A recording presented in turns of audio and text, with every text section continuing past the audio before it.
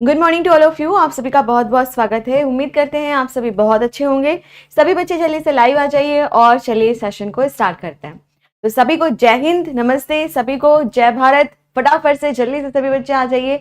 और आज हम लोग पढ़ेंगे बिल्कुल नया टॉपिक, ठीक है। तो 2 दिन अभी आपकी क्लास हो गई है, आज फिर आप लोगों की क्लास हो रही है। इसके अलावा जो बच्चे प्रैक्टिस सेशन के लिए सोचते हैं कि मैम बायो के ज़्यादा से ज़्यादा हम प्रैक्टिस सेशन कर सके, तो उनके लिए गुड न्यूज़ है कि यूट्यूब की अगर आप बात करते हो तो यूट्यूब में जो हमारा यूट्यूब चैनल है, कौन सा, मेन चैनल, जिसका नाम है खान ग्लोबल स्टडीज, ठीक है। तो जो हमारा मेन यूट्यूब चैनल है उसमें सुबह 11 बजे से, ठीक है, मंडे टू सैटरडे, ठीक है। तो 11 बजे से आप लोगों का क्या चलेगा, प्रैक्टिस सेशन यहाँ पर चलेगा, ठीक है। तो जो बच्चे यहाँ पे इंटरेस्टेड रहेंगे, आज से ही शुरू हो जाएगा। आप लोगों की क्लास खत्म होगी उसके बाद से ही यहाँ पर आप लोगों का शुरू हो जाएगा क्या, प्रैक्टिस सेशन, ठीक है। तो जो भी बच्चे यहाँ पे इंटरेस्टेड है वो जरूर आइएगा। ये लगभग 8 या 9 डेज का हम रखेंगे और देन उसके बाद जब आपके एग्जाम्स आने वाले होंगे तो फिर दोबारा से आप लोगों को प्रैक्टिस सेशन करवाया जाएगा, ठीक है। चलो तो स्टार्ट करते हैं आज की इस क्लास को। तो सबसे पहले आज का जो टॉपिक है वो है सेल बायोलॉजी, जिसमें हम लोग पढ़ेंगे कि सेल क्या होता है, किस तरीके का होता है, और साथ में ही हम लोग यहाँ पर यह भी समझेंगे कि जो कोशिका होती है वह किस तरीके से यहाँ पे कार्य करती है। और आज की क्लास में हम उसकी थोड़ी सी हिस्ट्री भी यहाँ पर समझेंगे, ठीक है, कि किस तरीके से कोशिका की खोज की गई थी, कौन कौन से ऐसे साइंटिस्ट थे जो कि कोशिका विज्ञान के लिए अति महत्वपूर्ण रहे हैं। तो उसको हम लोग यहाँ पर लाइन से पढ़ेंगे, ठीक है। और सबसे अच्छी बात, आज क्लास में अभी पहले कोई भी नहीं लिखेगा, ठीक है। जब तक मैं लिखने के लिए ना कहूँ कोई भी नहीं लिखेगा, फिर जब मैं कहूँ लिखो तभी लिखना है, ठीक है। बाकी आप लोग नोट्स अगर साथ में बनाते चलते हैं तो भी ठीक है, कोई दिक्कत वाली बात नहीं है। मैम कल की पीडीएफ, हाँ अभी हो जाएगी, थोड़ी देर में हो जाएगी। मैंने चेक किया था, पीडीएफ अपलोड नहीं हो पाई थी, तो कोई बात नहीं, अभी थोड़ी देर में अपलोड हो जाएगी, ठीक है, परेशान मत हो। और आज की भी तुरंत ही अपलोड करवा देंगे, ठीक। चलो तो चलिए स्टार्ट करते हैं।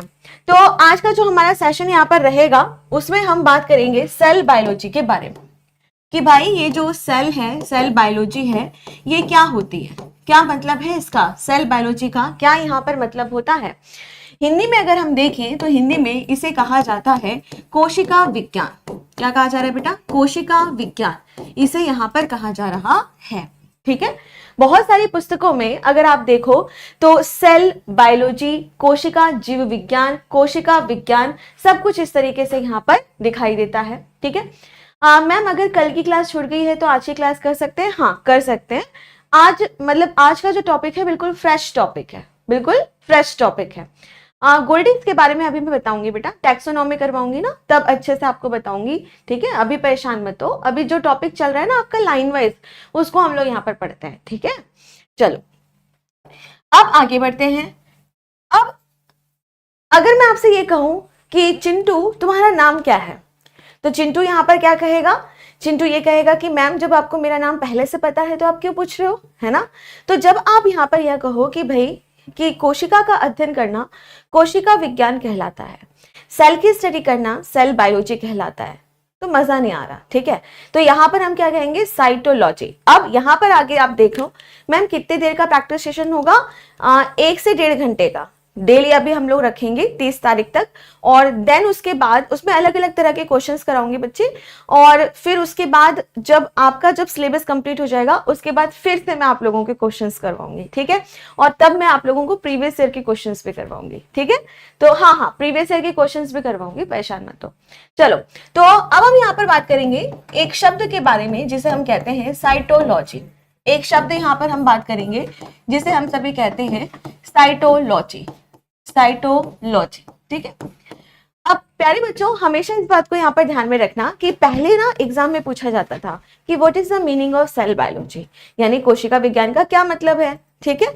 लेकिन आज के टाइम पे आप लोगों से क्या पूछा जाएगा कि यह बताइए कि साइटोलॉजी का क्या मतलब होता है ना। साइटोलॉजी शब्द का क्या मतलब होता है, साइटोलॉजी में हम किसकी स्टडी करते हैं, किसका अध्ययन हम यहाँ पर करते हैं। अब इस तरह के प्रश्न यहाँ पर पूछे जाएंगे। तो आगे से आप लोग क्या ध्यान रखोगे कि सेल बायोलॉजी को ही हम सभी साइटोलॉजी के नाम से भी जानते हैं, ठीक है। तो इस चीज को ध्यान रखना है। चलो बच्चों वीडियो रिकॉर्डेड भी मिल जाएगी क्या, हाँ हर्ष, यूट्यूब पे जो भी क्लास चलती है बेटा वो बाद में आप कभी भी देख सकते हो, है ना, कभी भी देख सकते हो, पर कोई बात नहीं, ठीक है। तो 11 बजे से आ जाना, जितनी देर पढ़ने का मन होगा पढ़ लेना, और फिर उसके बाद अगर आपकी कोई इंपॉर्टेंट और दूसरी क्लास होगी तो वो कर लेना, ठीक है। तो घबराओ मत, इस चीज को घबराओ मत। हाँ, उसकी जो भी पीडीएफ होगी बेटा वो मैं अलग से ना आपके कॉलम में अलग से करवा दूंगी, यूट्यूब क्लास पीडीएफ ऐसे करके। तो जो भी मेरी वहां पे 10-12 क्लासेस चलेंगी उसकी विद आंसर प्रैक्टिस सेशन रहेगा वो, तो उसके आंसर के साथ मैं आप लोगों के सेशन में अपलोड करवा दिया करूंगी, ताकि आप लोग अगर बाद में भी उस वीडियो को देखते हो तो भी आप लोगों को फायदा यहाँ पर मिल जाएगा, ठीक है। चलो अब मैम आप अपने नोट्स की पीडीएफ दे दीजिएगा। अच्छा ठीक है ठीक है ठीक है, मैं करती हूँ। चलो अब शांत हो जाओ, रिलैक्स रिलैक्स, प्राणायाम करो सुबह सुबह। चलो ठीक है, टाइमिंग क्या होगी प्रैक्टिस सेशन की? प्रैक्टिस सेशन होगा आपका सुबह 11 बजे से, ठीक है। रविवार की छुट्टी रहेगी बेटा, सोमवार से लेके शनिवार तक ही हम लोग करेंगे। अभी तो आज तो होगी ही, फिर सोमवार से लेके शनिवार तक होगी, ठीक है। चलो अब शांति, रिलैक्स रिलैक्स, ठीक है। चलो अब पढ़ो, हो गया ना, सबको बता दिया है मैंने। चलो आगे बढ़ते हैं। तो सबसे पहले हम बात करते हैं सेल बायोलॉजी, कोशिका विज्ञान के बारे में। कोशिका विज्ञान की अगर आप बात करते हो तो कोशिका विज्ञान को हम किस नाम से जानते हैं? साइटोलॉजी के नाम से जानते हैं। तो चलिए इसकी डेफिनेशन लिख लेते हैं हम लोग। तो सभी बच्चे साथ में इसकी डेफिनेशन लिखेंगे, ठीक है। डेफिनेशन बहुत ही सिंपल है, और डेफिनेशन क्या होगी यहाँ पर? स्टडी ऑफ सेल्स, बस खत्म बात। कोशिका का अध्ययन करना, क्या करना? कोशिका का अध्ययन करना, कोशिका का अध्ययन करना क्या यहाँ पर कहलाता है बच्चों? तो आंसर करना, साइटोलॉजी यहाँ पर कहलाता है। क्या कहलाता है यहाँ पर? साइटोलॉजी कहलाता है, ठीक है। चलो तो हमें यहाँ पर क्या पता चला? हमें यह यहाँ पर पता चला कि जब हम बात करते हैं सेल बायोलॉजी के बारे में, तो जो सेल बायोलॉजी है मतलब क्या है? कोशिका सिद्धांत, ठीक है। और दूसरे नंबर पर अगर हम बात करते हैं कि भाई जो सेल बायोलॉजी होता है, जो कोशिका विज्ञान होता है, उसका दूसरा नाम क्या है? तो आंसर आपको करना है साइटोलॉजी। उसका जो दूसरा नाम बनेगा वो क्या हो जाएगा? साइटोलॉजी, ठीक है। नेक्स्ट यहाँ पर आता है कि साइटोलॉजी की परिभाषा क्या होगी, इसकी डेफिनेशन क्या होगी, क्या इसका मतलब होता है? तो आंसर क्या हो जाएगा? स्टडी ऑफ द सेल्स, यानी कोशिका का अध्ययन करना। तो यहाँ पर ध्यान में आप क्या रखेंगे कि दो शब्दों से बना है, साइटो और लॉजी। साइटो का मतलब होता है सेल, साइटो का क्या मतलब होता है? कोशिका, ठीक है। और लॉजी का क्या मतलब होता है? अध्ययन करना, यानी कि स्टडी यहां पर करना। ओके बच्चों, अब यहां पर नेक्स्ट क्वेश्चन आता है। क्वेश्चन क्या आएगा पहले नंबर पर कि ये जो साइटोलॉजी शब्द है यह किसने दिया था, ठीक है। अब यहां पर जो क्वेश्चन आपका बनेगा वह क्या बनेगा कि यह बताओ कि जो साइटोलॉजी शब्द है वह किसने दिया था, ठीक है। तो आप लोग को क्या करना है, यहाँ पर एक साइंटिस्ट है, ठीक है। साइटोलॉजी जो एक शब्द है वह किसने दिया था? एक साइंटिस्ट है जिनका नाम है हर्टविग। क्या नाम है बेटा? हर्टविग। और इन्होंने ही यह नाम यहाँ पर दिया था। अब यहाँ पर ध्यान रखना कि मैंने ये नहीं कहा कि who is the father of cytology, cytology के जनक कौन है, मैंने ये नहीं पूछा। मैंने क्या पूछा कि जो साइटोलॉजी शब्द होता है, जो साइटोलॉजी जो नामकरण जो दिया गया वह किस साइंटिस्ट ने दिया था, वो किसने यहाँ पर साइंटिस्ट ने दिया था। तो आपको क्या आंसर करना होगा कि उनका नाम था हर्टविग। क्या नाम था बेटा उनका? हर्टविग, ठीक है। क्लियर है? ठीक है, यहां तक सही है। तो साइटोलॉजी मतलब कोशिका का अध्ययन करना, सेल की स्टडी करना। और फिर आपसे यहां पर पूछा जाएगा कि यह बताइए कि यह जो शब्द है साइटोलॉजी यह किसने दिया था, यह नामकरण किसने दिया था। तो आपको क्या आंसर करना है कि हर्टविग ने यहां पर दिया था, ठीक है। अब यहां पर एक मिलता जुलता और शब्द आता है जिसको हम कहते हैं साइटोजेनेटिक्स। एक शब्द यहां पर मिलता जुलता एक शब्द आता है जिसे हम कहते हैं साइटोजेनेटिक्स। अब यहां पर यह बात आती है कि साइटोजेनेटिक्स का क्या मतलब होता है।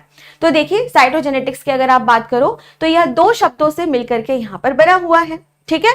और ये दो शब्द कौन कौन से हैं? साइटो और जेनेटिक्स, साइटो और जेनेटिक्स। अब साइटो मतलब तो हमें यहां पर पता चल गया कि साइटो मतलब होता है सेल, यानी कि कोशिका, ठीक है। और जेनेटिक्स का क्या मतलब होता है? अनुवांशिकी, हेरिडिटी, है ना।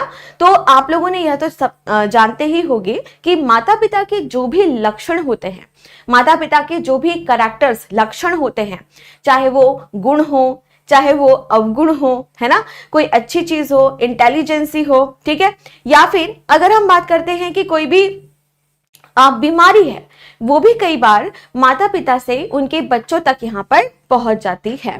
ठीक है, तो जेनेटिक्स, तो यहाँ पर एक बायोलॉजी की ऐसी ब्रांच जिसमें हम यह पढ़ते हैं कि किसी भी कोशिका के अंदर एक केंद्रक है, केंद्रक में डीएनए है ना, सभी को पता होगा डीएनए के बारे में।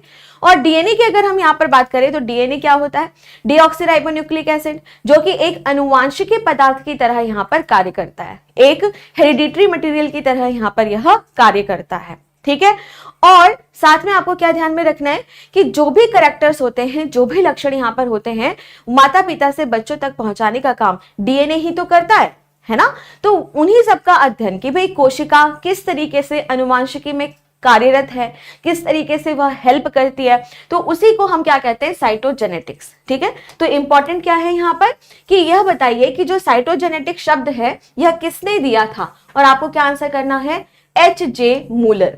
अगर आपको पूरा नाम याद नहीं होता घबराने की कोई बात नहीं है, आप सिर्फ मूलर अगर याद कर लेंगे तो भी काम यहां पर चल जाएगा। चलिए इसको नोट कर लीजिए जल्दी से। मैम A4 साइज में, ठीक है, जैसे ही ये चैप्टर कंप्लीट होगा बेटा मैं A4 साइज में आप लोग को प्रोवाइड करवा दूंगी। ठीक है, चलो कर लिया सभी ने नोट।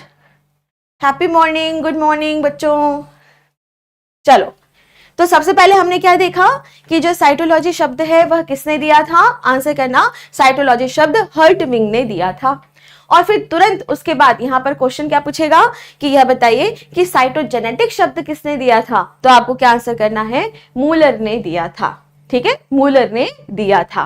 क्लियर है यहां तक बच्चों। चलो अब इसके बाद नेक्स्ट क्वेश्चन यहां पर आता है। क्या क्वेश्चन आएगा यहां पर कि who is the father of cytology या सेल बायोलॉजी, जो भी आपको लिखना है, साइटोलॉजी।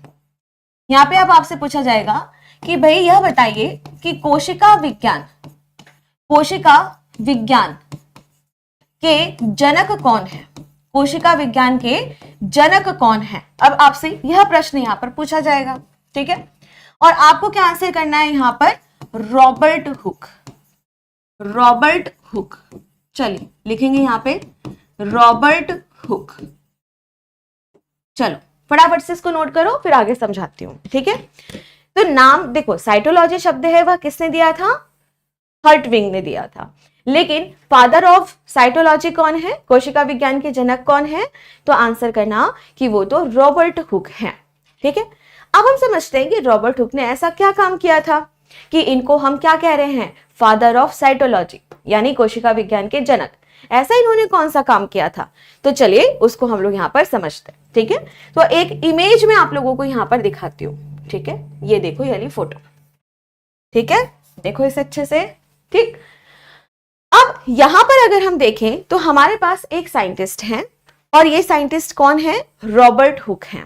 कौन है बेटा, रॉबर्ट हुक है। ठीक है, अब यहां पर कॉपी किताब एक तरफ रखो और समझो। ठीक है, ठीक, मजा आ रहा है। चलो कॉपी किताब एक तरफ रखो, ठीक है, और समझो, बात को पहले समझेंगे फिर लिखेंगे। ठीक है, तो यहां पर बात आती है कि जब हम रॉबर्ट हुक के बारे में बात करते हैं, तो जो रॉबर्ट हुक है वो एक साइंटिस्ट थे। ठीक है, वो एक बार एक पेड़ के पास पहुंचे। ठीक है, पेड़ के पास पहुंच गए। अब पेड़ के पास जब वो पहुंचे तो उन्होंने क्या काम किया यहां पर कि जो पेड़ की छाल होती है, ठीक है, पेड़ की जो छाल होती है, आप सभी को पता है ना छाल किसे कहते हैं, इंग्लिश में इसे हम बार्क कहते हैं। बहुत सारी पुस्तकों में कॉर्क शब्द का भी इस्तेमाल किया गया है, कॉर्क शब्द। ठीक है, तो कॉर्क जो होता है वो बार्क से ही बनता है, यानी कॉर्क जो होता है वो छाल से ही बनता है। अब छाल क्या होती है, जैसे अगर आप किसी भी पेड़ पौधे के बारे में बात करें तो पेड़ पौधे का जो सबसे बाहर का हिस्सा होता है, जो बाहर एकदम निकला हुआ होता है, और उसमें उतना मतलब आप कह सकते हो कि वहां पे जो सेल्स होती हैं, जो कोशिकाएं होती हैं, वो भी थोड़ी मरी हुई सी होती है। ठीक है, तो यहां पर आपको क्या ध्यान में रखना है कि जब हम बात करते हैं कि रॉबर्ट हुक के बारे में, तो रॉबर्ट हुक कहां पर पहुंचे, एक पेड़ के पास पहुंचे, और पेड़ को उन्होंने ध्यान से देखा, और फिर जो छाल थी यानी कि जो बार्क थी उसको वहां से उन्होंने काट करके थोड़ा सा निकाला। ठीक है, अब काट में यहां पर काट करके उन्होंने निकाला, उसके बाद इन्होंने खुद से एक माइक्रोस्कोप बनाया। भाई उस टाइम पे तो माइक्रोस्कोप नहीं मिलते थे ना मार्केट में, इन्होंने खुद कांच वांच पीस के जैसे भी करके उन्होंने अपने तरीके से यहाँ पर माइक्रोस्कोप बनाया। और माइक्रोस्कोप बना करके जब उन्होंने इस कॉर्क को यानी इस छाल को किसमें देखा, माइक्रोस्कोप के अंदर देखा, तो उन्हें कुछ इस तरह की संरचना यहां पर दिखाई दी। ठीक है, और ये जो संरचना है, ये जो स्ट्रक्चर है, ये किसके जैसी दिखाई दे रही है, ऐसा नहीं लग रहा है जैसे मधुमक्खी का छत्ता हो, है ना। तो जब उन्होंने देखा तो यह कैसा दिखाई दिया, इन्हें दिखाई दिया यह हनी बी हाइव की तरह, और हिंदी में क्या कहेंगे, मधुमक्खी का छत्ता, कुछ इस तरीके से इनको यह यहां पर दिखाई दिया।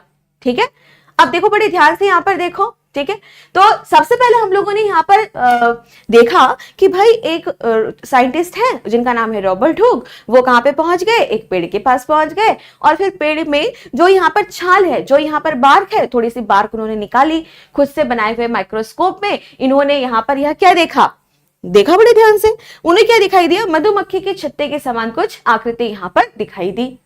ठीक है, इस शब्द को याद रखना, मधुमक्खी का छत्ता। ओके, अब आगे हम यहां पर बढ़ते हैं नेक्स्ट पॉइंट की तरफ। ठीक है, आगे हम यहां पर बात करेंगे, फिर उन्होंने थोड़ा और ध्यान से यहां पर देखा, और जब उन्होंने और थोड़ा सा यहां पे ध्यान में देखा तो उन्होंने क्या देखा कि यहां पर ना कुछ खाली जगह दिखाई दे रही है। देखो हर जगह क्या है, जैसे मधुमक्खी का छत्ता अगर आप देखो तो उसमें बीच में क्या होता है बेटा, खाली जगह होती है ना। बिल्कुल ऐसे ही यहां पर क्या देखा कि खाली खाली खाली खाली सी कुछ जगह यहां पर दिखाई दे रही है। अच्छा, यहां पर एक शब्द के बारे में यहां पर मैं बात करती हूँ। एक शब्द आप लोगों ने सुना होगा और डेली आप लोग यूज भी करते होंगे, रूम शब्द करते हो ना, रूम, है ना, क्या मेरे रूम से निकल जाओ, है ना, या फिर वो मेरे रूम पे खाना भिजवा दो, रूम शब्द, जहां आप रह रहे हो। तो बेटा रूम की अगर आप यहां पर बात करते हैं तो जो रूम का मतलब होता है वह क्या है, रूम का मतलब होता है खाली जगह। ठीक है, अगर आप इंग्लिश पढ़ते हो ना अच्छे से, कौन पढ़ाता है आपको इंग्लिश, है ना, हाँ सर पढ़ाते हैं। ठीक है तो अगर आप, हाँ ठीक है बच्चों, तो अगर आप यहाँ पर बात कर रहे हैं इंग्लिश में, आपने सुना ही होगा, सर ने आपको बताया होगा कि रूम का मतलब होता है खाली जगह। जैसे अगर मैं चल रही हूँ, बच्चों की भीड़ है, मैं क्या कहूंगी, मुझे थोड़ा रूम दे दीजिए। इसका ये मतलब नहीं है कि मैं कमरा मांग रही हूँ, नहीं, मैं क्या कह रही हूँ कि मुझे जाने का रास्ता यहाँ पर दे दीजिए, रूम, है ना। तो बिल्कुल इसी तरीके से एक शब्द और आता है, और ये जो शब्द होता है इसे हम कहते हैं सैला। एक शब्द और आता है जिसे हम कहते हैं सैला शब्द। क्या कहते हैं, सैला शब्द। ठीक है, तो बेटा सैला शब्द जो होता है उसका भी क्या मतलब होता है, खाली जगह। ठीक है, ओके बच्चों, तो यहां पर अगर हम देखें तो सैला शब्द का भी क्या मतलब होता है, खाली जगह। ठीक है, और ये जो सैला है, इन्होंने क्या कहा, जो रॉबर्ट हुक है, उन्होंने क्या कहा कि मुझे तो बीच में यहां पर सैला दिखाई दे रहा है। सैला का क्या मतलब हो गया, खाली जगह यहां पर दिखाई दे रहा है। और धीरे धीरे धीरे धीरे धीरे धीरे यही जो सैला शब्द है, ये आगे जाकर के क्या यहां पर बन गया, सेल शब्द यहां पर बन गया। क्या शब्द बन गया, सेल शब्द यहां पर बन गया, जिसको आप सभी क्या कहते हो, हिंदी में कोशिका कहते हो, पर इनको थोड़ी हिंदी आती थी, है ना। तो इन्होंने क्या कहा कि सैला है, क्या है बेटा, ये सैला है। और धीरे धीरे धीरे धीरे धीरे धीरे यही सैला क्या नाम बन गया, इसका क्या पड़ गया, जैसे ही इसका पड़ जाता है सेल। ठीक है, अब जैसे कुछ नाम होते हैं ना, है ना, वो धीरे धीरे धीरे धीरे करके पता नहीं कोई और ही नाम बन जाते हैं, बिल्कुल ऐसा ही यहां पर हुआ। ठीक है बच्चों, तो यहां पर सबसे पहले प्रश्न क्या पूछेगा कि कोशिका की खोज सबसे पहले किसने यहां पर की थी, तो आंसर क्या हो जाएगा कि रॉबर्ट हुक ने की थी। ये जो साइंटिस्ट हैं इनका क्या नाम है बेटा, यहाँ पर रॉबर्ट हुक। ठीक है, रॉबर्ट हुक ने की थी। कब की थी, 1665। कब की थी बच्चों, 1665। तो यहां पर ना आपको याद करना पड़ेगा क्या, ईयर। ठीक है, यहाँ पे ईयर से प्रश्न वन लाइन में पूछ सकता है कि यह बताइए यहां पर कि भाई रॉबर्ट हुक ने कब कोशिका की खोज की थी। तो आंसर आपको क्या करना है, आंसर करना है यहाँ पर 1665। ठीक है, जैसे माउस से मूस बन गया। ठीक है, अब आगे हम यहाँ पर बढ़ते हैं नेक्स्ट। रॉबर्ट हुक कहां पर पहुंचे, एक पेड़ के पास पहुंचे, वहां से उन्होंने क्या निकाला, तो आंसर करना बार्क यानी कि छाल निकाला। कई बार पुस्तकों में कॉर्क भी लिखा है, तो कंफ्यूज मत होना। ठीक है, दोनों का एक ही मतलब, अभी फिलहाल एक जैसा ही लेके चलो। देन उसके बाद उन्होंने जब माइक्रोस्कोप में इसे देखा तो उन्हें यह कैसा दिखाई दिया, हनी बी हाइव, मधुमक्खी के छत्ते के समान इनको आकृति यहाँ पर दिखाई दी। उन्होंने और ध्यान से देखा तो खाली जगह दिखाई दी, और इस खाली जगह को उन्होंने क्या कहा यहाँ पर, सैला। क्या कहा बेटा, सैला। ठीक है, सैला। और यही धीरे धीरे धीरे धीरे जाकर के क्या बन गया, सेल यहां पर बन गया। तो यहां पर दो क्वेश्चन बनते हैं, जो इंपॉर्टेंट दो क्वेश्चन बनते हैं। पहली चीज, सेल की खोज किसने की थी? बताइए, कमेंट भर दो फटाफट। सेल की खोज किसने की थी? रॉबर्ट हुक ने की थी। Very good. और फिर आपसे यहां पर पूछा जाता है कि यह बताओ कि सेल शब्द किसने दिया था, है ना? ये जो सेल शब्द है ये किसने यहां पर दिया था? चलो बताओ। हाँ, ये नामकरण यहां पर किसने दिया था? बताइए जल्दी से इसका आंसर यहां पर करके बताइए, कौन सा आंसर आपका सही बनेगा? ठीक है मैम, रॉबर्ट हुक कहाँ के रहने वाले थे? बेटा ये इंग्लैंड के थे, ठीक है। ये अंग्रेजी वैज्ञानिक इंग्लैंड के थे ये, ठीक है। तो ऐसा लिखा हुआ आता है इंग्लिश साइंटिस्ट, ठीक है, यानी ये इंग्लैंड के थे, ठीक है। वो इंपॉर्टेंट नहीं है बच्चों इतना कि कहाँ के हैं, वो नहीं पूछता है, ठीक है। Robert Hooke, very good. फिर आपसे पूछा जाएगा सेल शब्द किसने दिया? सेल का नामकरण यहाँ पर किसने किया? तो सेल का नामकरण भी किसने किया था यहाँ पर? तो आंसर करना, इन्होंने ही किया था, ठीक है। अब यहाँ पे कंफ्यूज मत होना बेटा, सेल बायोलॉजी यानी कि साइटोलॉजी किसने बताई थी? हर्टविग ने नाम दिया था, लेकिन सेल नाम किसने दिया? तो आंसर करना, रॉबर्ट हुक ने दिया, ठीक है। रॉबर्ट हुक ने दिया, कंफ्यूज मत करना, ठीक है, कंफ्यूज मत होना। चलो, तो अब हम लोग यहाँ पर इसको लिखते हैं। चलिए, तो सबसे पहले कोशिका विज्ञान के जनक यह है, ठीक है। दूसरे नंबर पर बात आती है रॉबर्ट हुक के बारे में कि डिस्कवरी ऑफ सेल, हिंदी में क्या कहेंगे? कोशिका की खोज किसने की थी? कोशिका की खोज किसने की थी? और आपको क्या आंसर करना है? अगेन रॉबर्ट हुक ने की थी। किसने की थी? रॉबर्ट हुक ने की थी। लिखिए फटाफट से, रॉबर्ट हुक ने की थी, ठीक है। फिर आपसे क्या पूछा जाएगा यहां पर कि यह बताइए, the term cell is coined by, Hindi में क्या कहेंगे? सेल शब्द का नामकरण, सेल शब्द का नामकरण किसने किया था? आंसर अगेन क्या हो जाएगा यहां पर बेटा? Robert Hooke, Robert Hooke. चलो लिखो यहां पर, रॉबर्ट हुक। चलिए लिखिए फटाफट से, ठीक है। तो सबसे अच्छे मैम, काफी इंटरेस्टिंग लग रहा है, चलो बढ़िया बात है। ऐसे खुशी खुशी पढ़ो, एकदम खुश होकर पढ़ा करो, बिंदास, ठीक है। चलो, तो सबसे पहले यहाँ पे क्या बात आ गई? पहले नंबर पर कोशिका विज्ञान के जनक कौन है? Robert Hooke. कोशिका की खोज किसने की? Robert Hooke. सेल शब्द का नामकरण किसने दिया? Robert Hooke. और ईयर कौन सा था बेटा? ईयर कौन सा था यहाँ पर? 1665। क्या था ईयर हमारा यहाँ पर? 1665, ठीक है। क्लियर है? ओके बच्चों, ठीक है। अच्छा, एक और इंटरेस्टिंग बात, जब इन्होंने उस छाल को, उस बार्क को माइक्रोस्कोप के अंदर लगा के देखा तो कैसा दिखाई दे रहा था? मधुमक्खी के छत्ते के समान, हनी बी हाइव की तरह यह दिखाई दे रहा था, ठीक है। क्लियर है? डन? यहां तक थम्स अप कर दो सभी बच्चे फटाफट से, ठीक है। चलो अब आगे नेक्स्ट पॉइंट की ओर यहां पर बढ़ते हैं। अब यहां पर बात आती है कि ठीक है कि कोशिका विज्ञान के जनक कौन है? रॉबर्ट हुक हैं, पर उन्होंने जो कुछ भी कार्य किया उसको अपनी एक पुस्तक में लिखा, ठीक है। तो यहां पर क्वेश्चन आपका क्या बनेगा कि यह बताइए कि इनके द्वारा लिखी हुई जो पुस्तक है उसका क्या नाम है? यह भी प्रश्न आपका यहां पर एग्जाम में पूछा जाता है। तो ये जो सेकंड वाली लाइन है इसको फटाफट से नोट करेंगे कि he is the author of Micrographia book, वह माइक्रोग्राफिया नामक पुस्तक के लेखक हैं।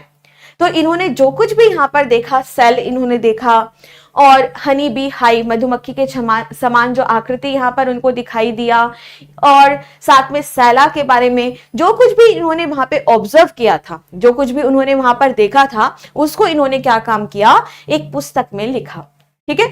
और उस पुस्तक का क्या नाम था बेटा? माइक्रोग्राफिया। क्या नाम था? माइक्रोग्राफिया, ठीक है। ओके, चलो तो फटाफट से एक बार रिवाइज करते हैं, ठीक है। सबसे पहले सेल बायोलॉजी के जनक कौन है? Who is the father of cytology? चलो फटाफट से बताओ, आंसर क्या हो गया यहां पर हमारा? रॉबर्ट हुक, ठीक है। क्या हो गया आंसर हमारा यहां पर? Robert Hooke. फिर यहां पर आपसे पूछा जाएगा कि यह बताइए, डिस्कवरी ऑफ द सेल, कोशिका की खोज किसने की थी? रॉबर्ट हुक ने की थी। फिर सेल शब्द का जो नामकरण है वह किसने किया था? तो आंसर क्या करना, रॉबर्ट हुक ने किया था। और माइक्रोग्राफिया नाम की पुस्तक किसने लिखी थी, माइक्रोग्राफिया नाम की बुक यहाँ पर किसने लिखी थी, कौन इसके ऑथर थे, कौन इसके लेखक थे, तो आंसर आपको क्या करना है, रॉबर्ट हुक ही थे। कौन थे बेटा, रॉबर्ट हुक ही थे। ठीक है, क्लियर है यहां तक बच्चों, ठीक है। चलो अब आगे बढ़ते हैं नेक्स्ट पॉइंट की तरफ। अब यहां पर जैसा कि मैंने आपको बताया था कि जब हम रॉबर्ट हुक के बारे में बात कर रहे हैं और ये पेड़ के पास पहुंच गए थे, ठीक है, और पेड़ में इन्होंने जो यहां से छाल निकाली थी बेटा, वो जो छाल थी वह कैसे थी, मृत थी, यानी कि डेड सेल से बनी हुई होती है। बार्क की अगर आप बात करते हो, मतलब छाल की अगर आप बात करते हो, तो वह मृत कोशिकाओं का बना हुआ होता है, क्योंकि सबसे बाहर होता है तो मृत कोशिकाओं का बना हुआ होता है। तो यहां पर बात क्या आ गई कि अगर आप रॉबर्ट हुक के बारे में बात करते हो, इन्होंने सेल को तो खोजा, सबसे पहले सेल भी इन्होंने देखा, लेकिन वो कैसी सेल थी, डेड सेल थी, मृत कोशिका यहां पर थी। ठीक है, तो चलो यहां पर हम क्या लिखेंगे कि रॉबर्ट हुक ने किसको ऑब्जर्व किया था, डेड सेल को देखा था। किसको देखा था, एक मृत कोशिका को देखा था। किसको देखा था बेटा, एक मृत कोशिका को देखा था। तो फटाफट से अपनी नोटबुक में लिखो, रॉबर्ट हुक ने, लिखो बेटा आराम से लिखो, कोई दिक्कत नहीं है। रॉबर्ट हुक ने एक मृत कोशिका को देखा था, एक मृत कोशिका को देखा था। ठीक है, तो रॉबर्ट हुक ने कोशिका की खोज की, नो डाउट खोज की है, लेकिन कैसी खोज थी है, मृत कोशिका को देखा था, यानी इन्होंने जो ऑब्जर्व किया था वो कैसा था, डेड सेल था। ठीक है, ओके बच्चों। चलो अब यहां पर तुरंत हमारी खोपड़ी घूमेगी, क्या इन्होंने डेड सेल देखा था, तो फिर जीवित कोशिका को किसने देखा। क्वेश्चन अगेन यहां पर क्या बनेगा कि भाई ये बताओ कि इन्होंने तो मृत कोशिका को देखा, तो जीवित कोशिका को सबसे पहले किसने देखा, एक लिविंग सेल की अगर हम यहां पर बात करते हैं, तो लिविंग सेल को यहां पर सबसे पहले किसने देखा। ठीक है, चलो हाँ खुशी मिलेगा, नोट्स मिलेगा बच्चे, लेकिन अगर आप लिखोगे तो और अच्छा रहेगा, है ना, कुछ कुछ चीजें लिख लिया करो जो इंपॉर्टेंट होती है। तो अब हम यहां पर आ गए एक और वैज्ञानिक के पास। ये चित्र ध्यान से आप देख रहे हो, ये जो चित्र में आपको साइंटिस्ट दिखाई दे रहे हैं, इनका नाम है एंटोनी वॉन लिवेनहॉक। ठीक है, ये एक साइंटिस्ट है जिनका नाम है एंटोनी वॉन लिवेनहॉक। ठीक है, ओके, अभी मैं लिखवाऊंगी इनके बारे में। ठीक है, तो एंटोनी वॉन लिवेनहॉक ने क्या काम यहां पर किया था कि इन्होंने ही सबसे पहले जीवित कोशिका को देखा था। अब यहां पर आपको क्या ध्यान रखना है, ठीक है, यहां पर आपको क्या ध्यान रखना है कि ये भी एक साइंटिस्ट है, ठीक है, और इनकी एक अपनी कहानी है। तो चलो थोड़ी सी हम लोग क्या करते हैं यहां पर, लिवेनहॉक ने, नहीं जीवित कोशिका की नहीं ज्योति गलत बता रहे हो बेटा, हाँ लिवेनहॉक ने की थी, हुक ने नहीं, लिवेनहॉक ने की थी। ठीक है ज्योति, ठीक है, हुक की जगह हॉक कर लो, ठीक है, फिर सही हो जाएगा। तो चलो अब हम यहाँ पर बात करते हैं आगे, इनकी अपनी अलग कहानी थी। कॉपी पेन साइड रखो, एक कहानी सुनेंगे हम लोग। ठीक है, अब यहां पर सबसे पहली बात, ये जा रहे थे एक बार आराम से, अचानक से बारिश हो गई। ठीक है, जब ये बारिश हो गई तो इनके जो बूट्स थे, यानी इनके जो जूते थे, ठीक है, उसमें लग गया कीचड़, इनके हाथों में भी थोड़ा सा कीचड़ जैसा फील होने लगा। ठीक है, ये जब घर पहुंचे तो इनको ईचिंग यानी थोड़ी सी खुजली सी महसूस होने लगी, थोड़ा लगता है ना कि अरे कीचड़ लग गया है, थोड़ा अजीब सा फील हो रहा है। तो इन्होंने क्या किया कि जो भी इनके नाखूनों के अंदर जो भी मैल था, जो भी नाखूनों के अंदर जो मैल था, मैम यह हेयर नहीं कटाते थे बेटा, ये ना मेरे ख्याल से उस टाइम पे फैशन था, हर टाइम का अपना अलग अलग फैशन होता है ना। अब तो हम लोग थोड़ा कूल हो गए हैं, राइट, अब हम लोग इतना फैशन को ये क्या समझते हैं कि कंफर्ट जोन है वही सही होना चाहिए, लेकिन पहले टाइम की अगर आप यहाँ पर बात करो ना, तो पहले के टाइम पे ये फैशन हुआ करता था। ठीक है, बाद में भी अगर आप यहाँ पर बात करते हो ना, बाद में भी अगर आप यहाँ पे बात करते हो तो आपने देखना कि जो ब्रिटिश साम्राज्य था, जब वो यहाँ पे आए थे तो जज जो होते थे, जज, ठीक है, वो इस तरीके से अलग से विग लगा के पहनते थे। ठीक है, ये भी था, बताओ। चलो अच्छा, चलो इसे हटा दो यहाँ पर, अब हम यहाँ पर नेक्स्ट बात करते हैं। चलिए, तो यहाँ पर मैगी जैसे नूडल्स जैसे बाल हैं, हाँ ठीक है, चलो आगे बढ़ते हैं। चलो ठीक है बच्चों, ओके, बहुत बहुत घने लंबे बाल हैं इसके। अब ये तो इस दुनिया में रहे नहीं तो पूछ लेते। चलो ठीक है, बहुत बेकार लग रहा है। नहीं नहीं ठीक है भाई, इतनी अच्छी इन्होंने खोज की है, बेकार नहीं कहेंगे बेटा, इस दुनिया में कुछ बेकार नहीं है। चलो ओके, चलो अब शांति शांति, ठीक है, आराम से। अब बात सुनो। तो यहाँ पर ये साइंटिस्ट लेवनहॉक ये जा रहे थे, बारिश हो रही थी, कीचड़ इनके हाथों में नाखूनों में क्या हो गया, यहाँ पर लग गया। अब क्या करें भाई, इन्होंने कहा कि कुछ दिक्कत मतलब अनकंफर्ट फील हो रहा है, और इन्होंने उस मैल को निकाला और माइक्रोस्कोप के अंदर देखा। इसी तरीके से उन्होंने अपने दांत में से मैल निकाला और माइक्रोस्कोप के अंदर देखा। ठीक है, अब पता नहीं ये ब्रश उस टाइम पे करते थे नहीं करते थे, लेकिन फिर भी थोड़ा बहुत तो मैल दांतों में कई बार जम ही जाता है। जैसे आपने रात को खाना खाया और फिर बहुत देर तक ऐसे ही हो, है ना, तो यहाँ पर आपने क्या देखा कि दांतों में थोड़ा कुछ जमा हुआ सा दिख रहा है, उसको निकाला और उसको उन्होंने माइक्रोस्कोप में देखा। ठीक है, तो ये ना माइक्रोस्कोप में जब उन्होंने देखा किसको, मैल को, ठीक है, अब जो भी मैल था, कीचड़ था, जो भी था, उसको जब उन्होंने देखा तो उनको बड़ा आश्चर्य हुआ। क्या आश्चर्य हुआ कि ऐसे तो खुली आंखों से कुछ भी नहीं दिखाई दे रहा है, कुछ भी नहीं दिखाई दे रहा है, ऐसे खुली आंखों से कुछ भी नहीं दिखाई दे रहा है। लेकिन लेकिन लेकिन जब वह माइक्रोस्कोप में देख रहे थे, और उन्होंने ये माइक्रोस्कोप बनाया था खुद से, ये इनके द्वारा बनाया हुआ ही माइक्रोस्कोप है, तो जब वो माइक्रोस्कोप देख रहे थे तो वहां पे ना अंदर उनको क्या दिखाई दिया, कुछ अलग तरह के प्राणी दिखाई दिए। ठीक है, जो बहुत छोटे थे, बहुत सूक्ष्मतम थे, बहुत ही स्मॉलेस्ट थे। ठीक है, यानी माइक्रो थे। अब यहां पर अगर हम बात करते हैं तो आपको क्या ध्यान में रखना है कि जब इन्होंने देखा तो इन्हें प्राणी दिखाई दे रहे हैं, हिल रहे हैं, डुल रहे हैं, खाना खा रहे हैं, मौज मस्ती मचा रहे हैं। ठीक है, जो सारे कार्य एक जंतु जानवर कर सकता है, एक इंसान कर सकता है, वो सारे काम यह यहां पर कर रहा था। अब इनको क्या हुआ कि भाई ये विचित्र प्राणी क्या है, क्या है ये। फिर उन्होंने माइक्रोस्कोप को हटा दिया। जब उन्होंने माइक्रोस्कोप को हटाया, उन्हें कुछ नहीं दिख रहा है ना। फिर उन्होंने दोबारा माइक्रोस्कोप में देखा, फिर ये उछल कूद करते हुए दिखाई दे रहे हैं। अब उनको लगा कि भाई ये क्या है, तो ये तो बहुत ही बड़ा एक सीक्रेट है नेचर का, मतलब ये एक बहुत ही प्रकृति का रहस्य है कि ये क्या है। और फिर इन्होंने कहा कि ये तो सारे काम कर रहे हैं जो एक एनिमल कर सकता है। और इन्होंने यहां पर जो भी जीव थे उनको क्या नाम यहां पर दिया, एनिमल क्यूल। क्या कहा इन्होंने कि ये सब तो एनिमल क्यूल्स है, एनिमल क्यूल्स है। अब एनिमल क्यूल का क्या मतलब होता है, एनिमल क्यूल्स का क्या मतलब होता है, इसका मतलब होता है एनिमल जैसा, या फिर एनिमल का बच्चा, या एनिमल जैसा। ठीक है, जो ऐसे खुली आंखों से तो नहीं दिखता, लेकिन जब हम उसे माइक्रोस्कोप से देखते हैं तो बड़ी आसानी से दिखता है। और इन्होंने क्या काम किया यहाँ पर, जाने अनजाने किसकी खोज इन्होंने कर ली थी, यहाँ पर बैक्टीरिया की खोज इन्होंने कर ली थी। पर इन्हें पता नहीं था बेटा कि ये बैक्टीरिया है, इन्हें बिल्कुल नहीं मालूम था कि ये जीवाणु है, बैक्टीरिया है, ये इनको नहीं पता था उस टाइम पर। लेकिन इन्होंने क्या किया था कि यहाँ पर इन्होंने बैक्टीरिया की खोज यहाँ पर कर ली थी। तो कहानी का तात्पर्य क्या है, सार क्या है, सुनो। यहां पर यह है इसका मतलब कि जो एंटोनी वेन लीवेनहॉक थे, ये साइंटिस्ट, इन्होंने एक माइक्रोस्कोप बनाया और उसके अंदर इन्होंने आसपास की चीजों को ऑब्जर्व करना शुरू किया।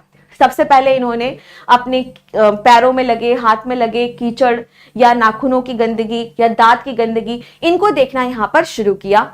ठीक है, और जब इन्होंने यहाँ पर इसको देखना शुरू किया तो इनको कुछ अलग ही तरीके के प्राणी यहाँ पर दिखाई दिए, जो कि कैसे थे, यहाँ पर माइक्रो थे, यानी काफी सूक्ष्मतम थे। और इन्होंने उनको क्या नाम दिया यहाँ पर, एनिमल क्यूल, क्योंकि ये सारे काम यहाँ पर कर पा रहे थे जो एक जीवित प्राणी यहाँ पर कर पाते हैं। ठीक है, दूसरे नंबर पर आपको ध्यान में रखना है कि जाने अनजाने इन्होंने किसकी यहाँ पर खोज कर ली थी, बैक्टीरिया की खोज इन्होंने कर ली थी। पर उनको उस टाइम पे पता नहीं लगा, बहुत बाद में पता लगा इनको, उस टाइम पे नहीं पता लगा इनको। ठीक है, और इन्होंने क्या यहाँ पर नाम दिया कि ये जो एनिमल के बच्चे जैसे दिखाई दे रहे हैं, इसीलिए इनका नाम हम क्या रख देंगे, एनिमल क्यूल, जो कि आगे जाकर के माइक्रो ऑर्गेनिज्म यानी सूक्ष्म जीव के नाम से यहाँ पर फेमस हो गए। तो क्योंकि बैक्टीरिया की अगर आप बात करो तो ये भी क्या है बेटा, एक सूक्ष्म जीव ही तो है ना। क्लियर है यहां तक, समझ आया बात, ओके। अब यहां पर हम आगे बढ़ते हैं। ये यही तक नहीं रुके, इन्होंने इसके बाद बैक्टीरिया की तो खोज की ही, इसके बाद इन्होंने अमीबा की भी खोज कर ली, मतलब प्रोटोजोआ जो होते हैं, अमीबा जिसके अंदर आता है, उसकी भी खोज कर ली। और आरबीसी लाल रक्त कणिकाओं को भी इन्होंने देख लिया, ठीक है। इसके अलावा स्पर्म शुक्राणुओं को भी इन्होंने देख लिया। तो उस टाइम पे बहुत बड़ी बात थी, बहुत बड़ी बात थी, ठीक है। तो यहां पर आपको ध्यान में रखना है कि इन्होंने ही सबसे पहले एक जीवित कोशिका को देखा था, ठीक है। इन्होंने ही सबसे पहले एक जीवित कोशिका को देखा था, ठीक है। तो चलो इसे लिखते हैं, क्या है इसका मतलब। चलो तो यहां पर हम बात करेंगे सबसे पहले एक साइंटिस्ट के बारे में जिनका नाम है Antony von Leeuwenhoek. Antony von Leeuwenhoek, ठीक है बेटा, एंटोनी वॉन लिवेनहॉक, ठीक है। और एंटोनी वॉन लिवेनहॉक ने क्या किया था, अपने माइक्रोस्कोप के अंदर जीवित कोशिकाओं की खोज की थी। किसकी खोज की थी बच्चों? जीवित कोशिकाओं की खोज की थी। और जीवित कोशिकाओं को खोजने वाले यह पहले व्यक्ति बन गए थे और उन्होंने इसे क्या नाम दिया था? एनिमलक्यूल्स, जो कि एक्चुअली में क्या था, एक प्रकार का बैक्टीरिया था। तो इन्होंने क्या नाम दिया था उन्हें? एनिमलक्यूल। और इन्होंने ही एक लिविंग सेल की खोज की थी। चलो छाप लो अपनी कॉपी में फटाफट से, जल्दी से, हाँ एकदम एनर्जेटिक रहा करो क्लास में। चलो बच्चों फटाफट से नोट करो इसे। तो एंटोनी वॉन लिवेनहॉक की अगर हम बात करते हैं तो एंटोनी वॉन लिवेनहॉक पहले ऐसे साइंटिस्ट हैं जिन्होंने सबसे पहले क्या काम किया था? एक जीवित कोशिका की खोज की थी, ठीक है। बच्चों ये कब जन्मे थे, कब इनकी मृत्यु हो गई, इंपॉर्टेंट नहीं है। हमारे पास वैसे भी पढ़ने के लिए बहुत कुछ चीजें हैं, हमें ये डिसाइड करना होगा कि हमें क्या नहीं पढ़ना है, ठीक है। तो इनका हैप्पी बर्थडे रहने देते हैं, ठीक है, इनकी मृत्यु दिवस रहने देते हैं, एग्जाम में नहीं पूछा जाता है, ठीक है। तो फालतू हमें क्या करना है, फालतू टेंशन नहीं लेनी है, ठीक है। चलो ओके, लिखो यहां पर, लिख लिया सभी ने?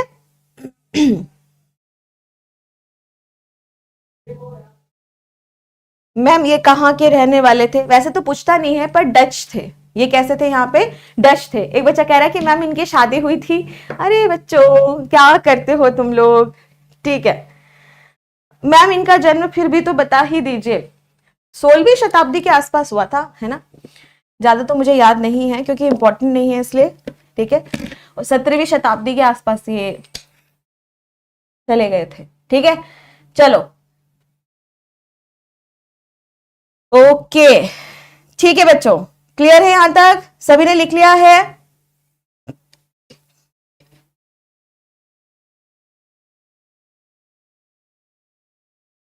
ठीक है बच्चों, हो गया।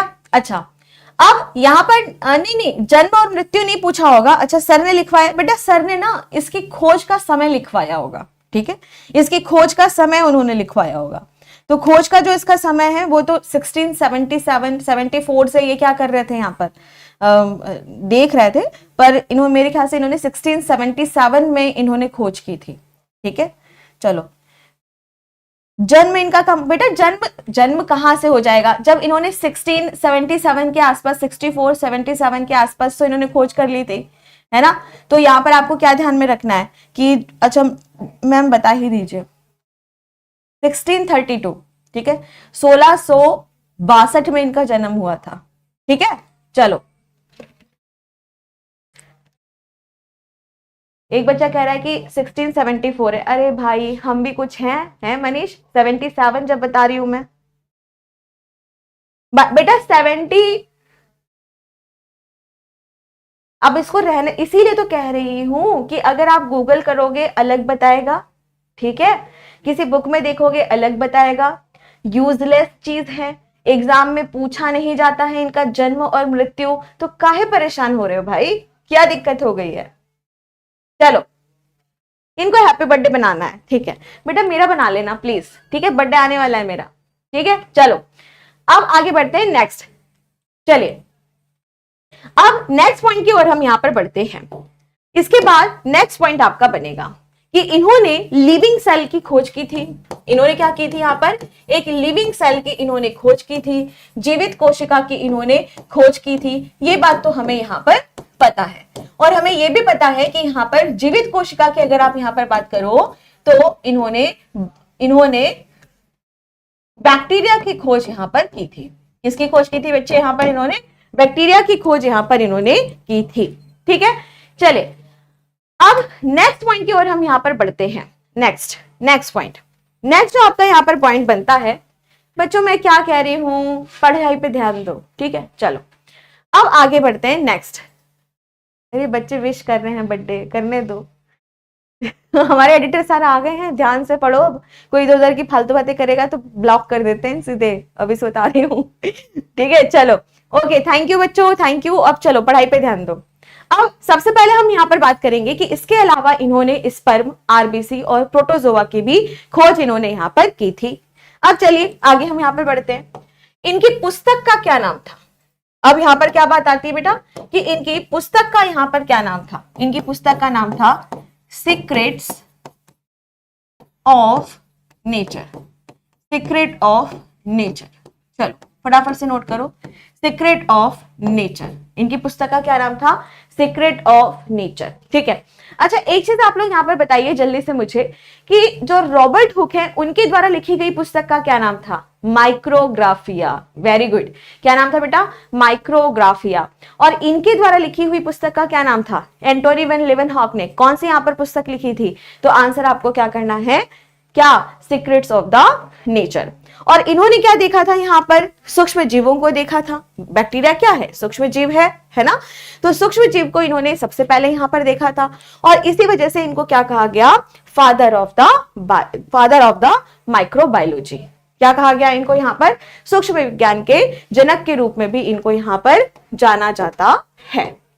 ठीक है, क्लियर है? फादर ऑफ माइक्रोबायोलॉजी,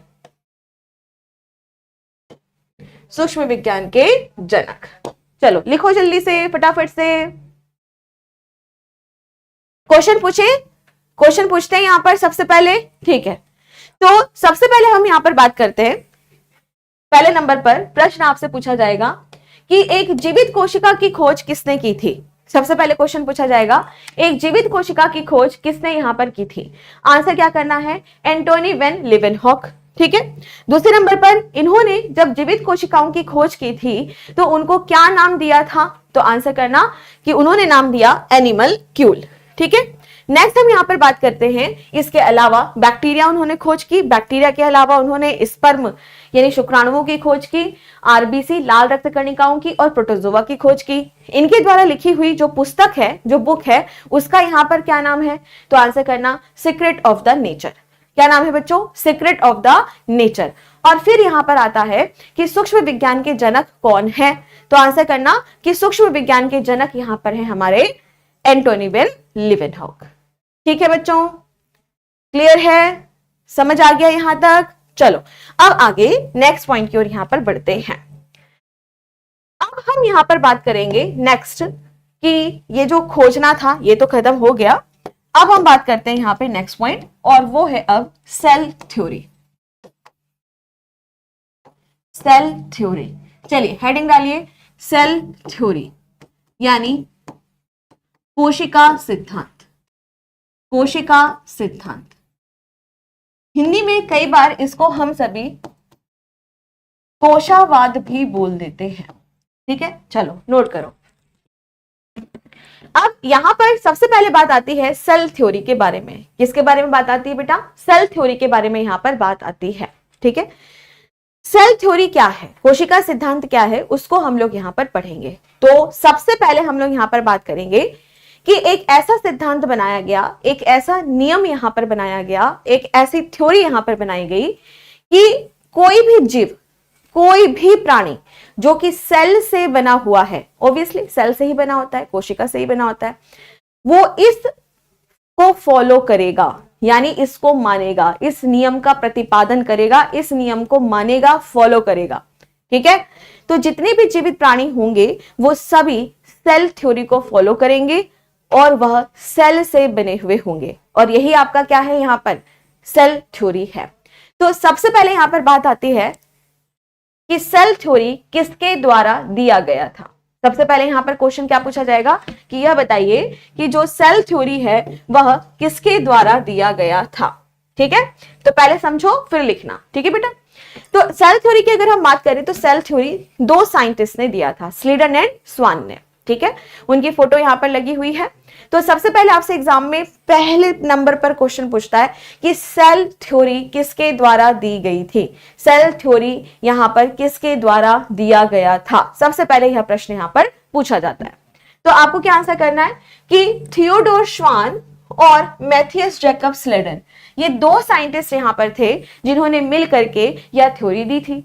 और अगर आपको पूरा नाम याद नहीं होता, ठीक है, कि भाई इतना लंबा नाम है मैम के मैथियस जैकब स्लेडन, कैसे याद करें, डोंट वरी, परेशान मत हो, सिर्फ सरनेम इनका लास्ट नाम यहां पर याद कर लो, क्या, सेवॉन एंड स्लेडन, ठीक है।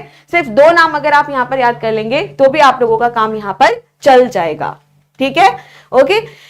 तो सबसे पहले आपसे क्या पूछा जाएगा कि सेल सिद्धांत का श्रेय किसे जाता है, तो आपको क्या आंसर करना है कि स्वान और स्लीडन को जाता है। किसको जाता है, स्वान और स्लीडन को जाता है।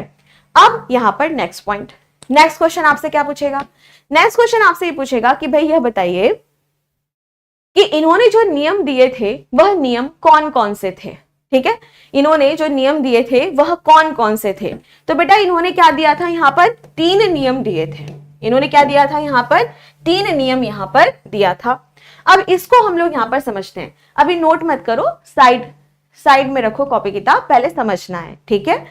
अब यहां पर हम बात करते हैं सबसे पहले कि जो स्लीडन और स्वान हैं, ये जो 2 साइंटिस्ट हैं जिन्होंने सेल थ्योरी यहां पर दी थी, इनके नियम कौन कौन से थे, 3 नियम यहां पर इन्होंने दिए थे। तो पहले इसको समझेंगे, उसके बाद यहां पर इसको नोट करना चाहो तो नोट कर सकते हो, ठीक है, पर पहले समझो, ठीक। तो पहले नंबर पर इन्होंने क्या कहा कि सभी जीवित जीव एक या अधिक कोशिकाओं से बने हुए होते हैं। यहां पे इन्होंने क्या कहा कि जितने भी जीव हैं वह एक और अधिक कोशिकाओं से बने हुए होते हैं। तो पहले इस स्टेटमेंट को हम लोग यहां पर समझते हैं। तो प्यारे बच्चों, इनका कहने का क्या तात्पर्य था, वो ये था कि जितने भी लिविंग ऑर्गेनिज्म होते हैं, यानी जितने भी जीवधारी होते हैं, जितने भी जीवधारी यानी प्राणी जितने भी होते हैं वो कोशिका से तो बने हैं, पर कोशिका के नंबर के आधार पर कि कितनी कोशिका उनके पास है उसके आधार पर वो क्या होंगे, 2 तरीके से यहां पे बांटे जाते हैं। पहले नंबर पर कुछ प्राणियों को हम यूनिसेलुलर ऑर्गेनिज्म के नाम से जानते हैं, यानी एक कोशिकीय प्राणी के नाम से जानते हैं। और कुछ ऐसे होते हैं जिनको हम सभी किस नाम से जानते हैं, मल्टी सेलुलर, क्या कहते हैं, मल्टी सेलुलर के नाम से जानते हैं। हिंदी में अगर हम बात करें तो इसे कहा जाता है बहुकोशिकीय, क्या कहा जाता है, बहुकोशिकीय प्राणी के नाम से यहां पर जानते हैं। तो देखो नाम से यहां पे पता चल रहा है कि कुछ जीव यहां पर हैं, ठीक है, कुछ जीव यहां पर है, और ये जो जीव होते हैं इनके पास अगर सिर्फ एक कोशिका है, ये सिर्फ एक कोशिका के ही बने हुए होते हैं, तो उनको क्या कहा जाता है, यूनिसेलुलर, एक कोशिकीय कहा जाता है। तो बच्चों ध्यान रखना, यूनि का क्या मतलब होता है, एक, ठीक है, जो सिर्फ एक कोशिका से बने हुए हैं उनको क्या कहा जाएगा, यूनिसेलुलर, ठीक है, यानी एक कोशिकीय प्राणी, एक कोशिकीय जीव, यूनिसेलुलर ऑर्गेनिज्म। और यहां पे क्या लिखा है, मल्टी, मल्टी का क्या मतलब हो गया, बहु, बहु का मतलब क्या होता है, मैनी, बहुत सारे, है ना, बहुत सारे। तो यहां पर मतलब है जो बहुत सारी कोशिकाओं से बने हुए हैं, बहुत सारी सेल से मिलकर के बने हुए हैं, तो वो कैसे हो गए यहां पर, बहुकोशिकीय, यानी कि आप कह सकते हो मल्टी सेलुलर, ठीक है। तो अब जैसे हमारी बात करते हैं, हम सभी कौन है, ह्यूमंस, मानव है हम सभी, और मानव जो होता है वो बहुत सारी कोशिकाओं से मिलकर के बना हुआ होता है। तो हम सभी कहां पर आ गए, यहां पर, ठीक है। तो पहले इसका एग्जाम्पल मैं यहां पे लिखवा देती हूं। नंबर फर्स्ट, जितने भी एनिमल्स होते हैं, यानी जितने भी जंतु होते हैं वो सभी यहां पर आते हैं, जिसमें ह्यूमंस यानी कि मानव भी सम्मिलित होते हैं, मानव भी सम्मिलित होते हैं, ठीक है। दूसरे नंबर पर जितने भी प्लांट्स होते हैं, जितने भी पादप होते हैं वो भी कैसे होते हैं बेटा, अधिकांशतः मल्टी सेलुलर, बहुकोशिकीय यहां पर होते हैं, ठीक है। नेक्स्ट यहां पर हम बात करेंगे मोस्टली फंजाई, मोस्टली फंजाई, जो अगर आप नॉर्मल तौर पर देखें तो ज्यादातर जो कवक होते हैं वो भी कैसे होते हैं बेटा, तो आंसर करना कि बहुकोशिकीय होते हैं, कैसे होते हैं, बहुकोशिकीय होते हैं। लेकिन साथ में आपको यहां पर क्या ध्यान में रखना पड़ेगा कि एक कवक होता है, एक कवक होता है जिसका नाम होता है ईस्ट। क्या नाम होता है, ईस्ट, और इसे हिंदी में हम कहते हैं खमीर, ठीक है। लेकिन एक कवक ऐसा होता है जो कि क्या होता है यहाँ पर, यूनिसेलुलर होता है। सिर्फ एक ही ऐसा होता है जो यूनिसेलुलर होता है, और हिंदी में इसको आप कहेंगे कि यही एक ऐसा कवक है जो एक कोशिकीय होता है। बाकी सभी के सभी अगर आप देखें तो वो कैसे होते हैं बेटा, मल्टी सेलुलर ही होते हैं, ठीक है। अब आप में से कुछ बच्चे यहाँ पे पूछ रहे होंगे कि मैम यह बताइए कि ये खमीर क्या होता है, ईस्ट क्या होता है। एक कवक होता है, ठीक है, एक तरह का यह फंगस होता है। लेकिन ये जो फंजाई होता है ये बहुत ज्यादा फूड इंडस्ट्री में प्रयोग किया जाता है, यानी जो भोजन बनाने वाले जो हमारे उद्योग होते हैं उनमें इसका बहुत ज्यादा उपयोग किया जाता है। कैसे किया जाता है, चलिए उसको समझते हैं। सबसे पहले नंबर पर छोले भटूरे खाते हैं, है ना। तो जो भटूरे होते हैं, फूले फूले से भटूरे, फूले फूले से भटूरे, वो जो भटूरे हैं उसमें क्या डलता है, ईस्ट डलता है। अगर आप idli, dosa, jalebi, cake, pastry, double रोटी यानी कि ब्रेड, इन सभी की आप बात करो तो वहां पर आप क्या देखेंगे, तो आंसर आपको करना है यहां पर कि उन सभी में आपको क्या दिखाई देगा, यहां पर ईस्ट पड़ा हुआ दिखाई देगा, ठीक है। इसके अलावा अगर आप बात करते हो किसके बारे में, जैसे इतना कुछ खा लिया, पेट गड़बड़ हो गया, है ना, हाँ, ढोकला, खमन इनमें भी होता है, ठीक है। इसके अलावा इतना सब कुछ खा लिया आपने, फिर क्या हो गया, यहाँ पर दिक्कत हो गई, पेट में गुड़ गुड़ हो रहा है पेट, क्योंकि इतना कुछ खा लिया तुमने। उसके बाद क्या होगा, उसके बाद आप इनो पीते हो, इनो जानते हो ना, इनो। तो इनो की अगर हम यहाँ पर बात करें तो इनो में भी आप क्या देखेंगे, थोड़ी मात्रा में ईस्ट पड़ा हुआ होता है, ईस्ट होता है, ठीक है। इसके अलावा आजकल बेकिंग सोडा जो आते हैं, तो सोडा कई तरह के हो सकते हैं, ठीक है। अब यहाँ पर कोई वॉशिंग सोडा नहीं लाएगा, बेकिंग सोडा की हम बात कर रहे हैं। तो बेकिंग सोडा की भी अगर आप बात करते हो तो उसमें भी आप देखो अलग अलग कंपनी का अलग अलग है। कुछ कंपनियां आजकल ईस्ट उसमें डालने लगी है, ठीक है, ईस्ट उसमें डालने लगी है। चलो, तो यहां पर आपको ईस्ट का मतलब समझ आ गया। तो इसका ये मतलब है कि जितने भी यहां पर जितने भी कवक होंगे वो सभी के सभी मल्टी सेलुलर होते हैं। लेकिन यहां पर सिर्फ एक ईस्ट ऐसा होता है, जो ईस्ट होता है वह कैसा होता है, तो आंसर करना एक कोशिकीय होता है। तो सभी के सभी कवक कैसे हैं, बहुकोशिकीय। लेकिन सिर्फ ईस्ट यानी खमीर की अगर आप बात करते हो तो खमीर कैसा होता है, एक कोशिकीय यहां पर होता है, ठीक है। चलो मैम, ठीक है, आगे बढ़ते हैं। नेक्स्ट हम यहां पर बात करते हैं यूनिसेलुलर, ठीक है। नेक्स्ट हम यहां पर बात करते हैं यूनिसेलुलर।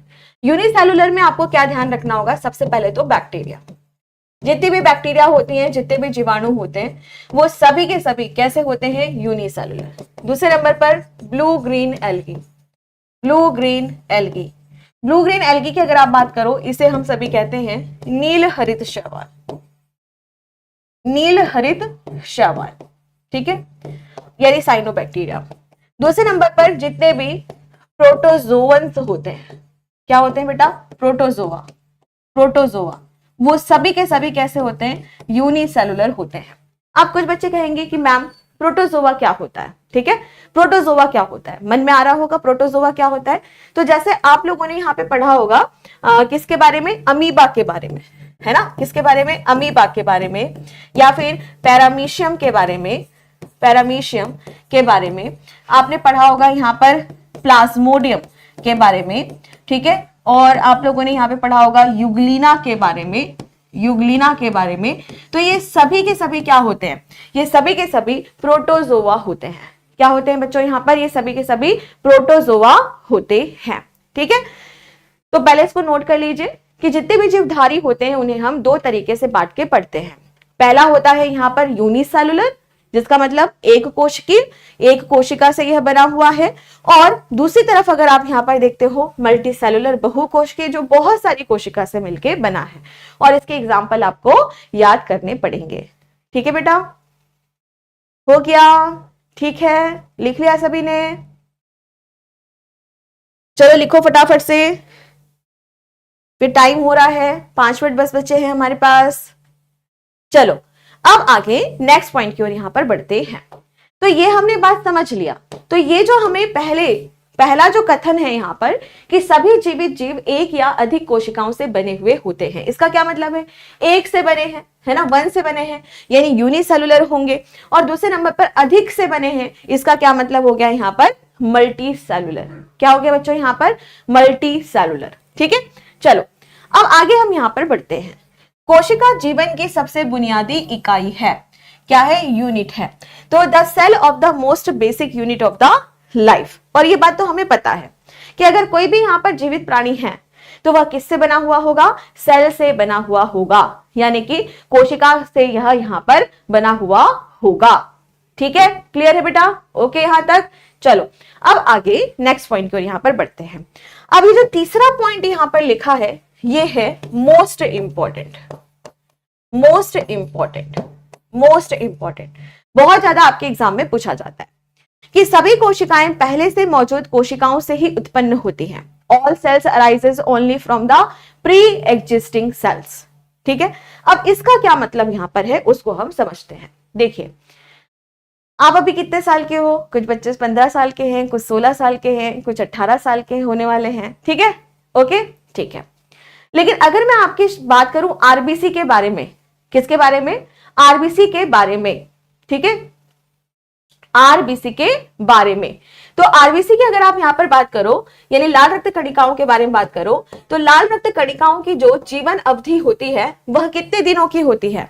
120 दिनों की होती है ना।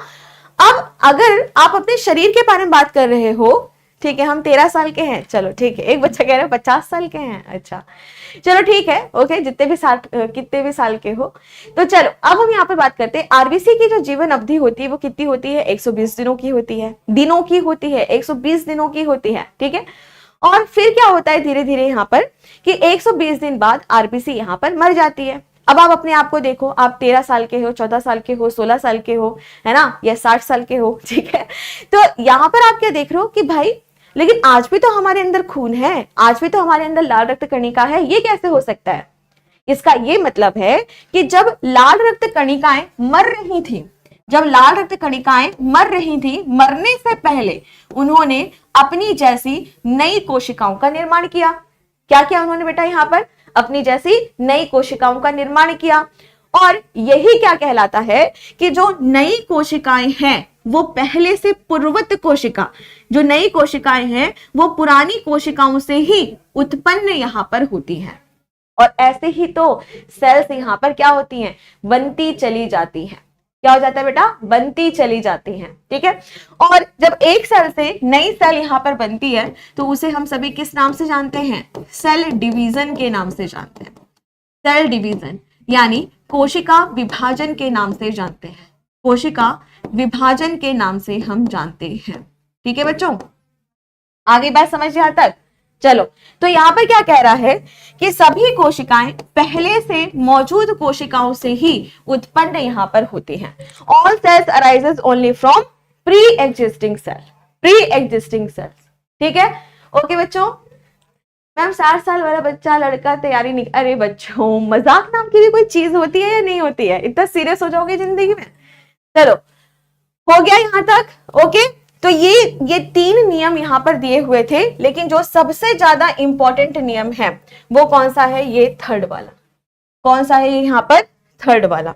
ये सबसे इंपॉर्टेंट है, ये सबसे इंपॉर्टेंट यहाँ पर है। ठीक है, तो ये सबसे इंपॉर्टेंट है और यही से ही सबसे ज्यादा प्रश्न यहाँ पर पूछा जाता है।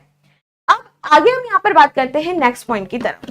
नेक्स्ट हमारा पॉइंट आता है, ऐसा क्या कोई है जो कि सेल थ्योरी को फॉलो नहीं करता है? ऐसा कोई है जो सेल थ्योरी को यहाँ पर नहीं मानता है? तो आंसर आपको क्या करना है कि हाँ ऐसा है। कौन है? तो आंसर करना वायरस। क्या है यहाँ पर बेटा? वायरस। तो अगर आप यहाँ पर वायरस के बारे में बात करते हो तो वायरस इस थ्योरी को नहीं मानता है। तो वायरस की अगर आप बात कर रहे हो, विषाणु की अगर आप यहाँ पर बात कर रहे हो, तो विषाणु इस थ्योरी को नहीं पालन करता है, इस थ्योरी का पालन यानी कि फॉलो नहीं करता है, नहीं करता है। मोस्ट इंपॉर्टेंट बात, ठीक है, बहुत ज्यादा आपके एग्जाम में पूछता है कि वायरस इस थ्योरी को फॉलो नहीं करता है। क्यों नहीं करता?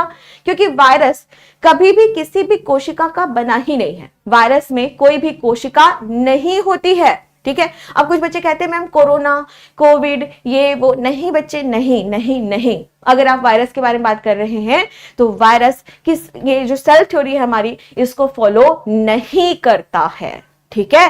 क्यों? क्योंकि वायरस की अगर आप बात करते हो तो वायरस कैसा होता है? असेलुलर होता है, यानी अकोशिकीय होता है। कैसा होता है बेटा?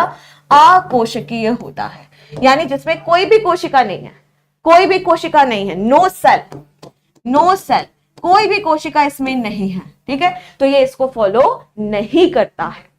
ओके बच्चों, नेक्स्ट हम यहां पर बात करते हैं। फिर कुछ बच्चों के दिमाग में आ रहा होगा कि मैम जब ये सेल से नहीं बना तो फिर यह किससे बना हुआ है? ये किससे यहां पर बना हुआ है? ठीक है, तो आपको यहां पर आंसर करना है कि यह किससे बना हुआ होता है। अगर आप वायरस के बारे में बात करते हो, अगर आप विषाणु के बारे में बात करते हो, तो जो विषाणु होते हैं वह किससे बने हुए होते हैं? तो आंसर करना पहले नंबर पर न्यूक्लिक एसिड। किससे बना हुआ होगा? न्यूक्लिक एसिड, यानी न्यूक्लिक अम्ल, न्यूक्लिक अम्ल से बना हुआ होगा। और न्यूक्लिक अम्ल क्या होता है बेटा? आपका डीएनए या आरएनए। और दूसरे नंबर पर अगर हम बात करें तो ये बहुत सारे प्रोटीन से बना हुआ होता है। किससे बना हुआ होता है? बहुत सारे प्रोटीन से बना हुआ होता है, ठीक है। तो कभी भी अगर आप यहां पर देखें तो कभी भी ये क्या होगा? किसी भी सेल से नहीं बना। अब कुछ बच्चे कह रहे हैं रिप्रोडक्शन, बेटा वो रिप्रोडक्शन नहीं, उसे मल्टीप्लीकेशन कहते हैं, ठीक है।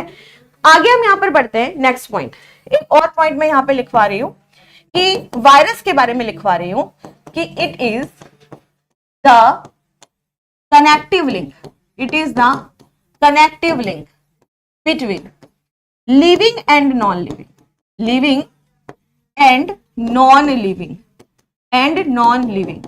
हिंदी में अगर हम बात करें तो यह वायरस सजीव और निर्जीव के बीच की कड़ी है, सजीव और निर्जीव के बीच की कड़ी है, कड़ी है। इसका क्या मतलब हो गया कि अगर वो हमारे शरीर के बाहर है, ठीक है, अगर वो हमारे शरीर के बाहर है तो वो निर्जीव प्राणियों की तरह काम करता है, नॉन लिविंग की तरह काम करता है। और अगर हमारे शरीर में आ गया तो जीवित प्राणियों की तरह काम करता है, ठीक है।